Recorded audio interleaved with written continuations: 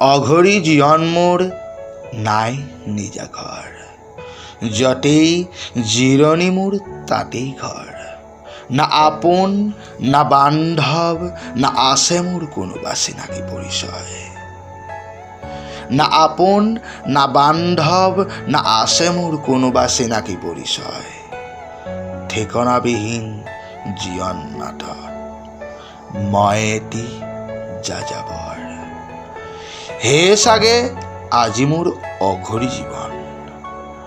ৰাখে বা কোনে আজি আমাৰ খবৰ লক্ষ্যবিহীন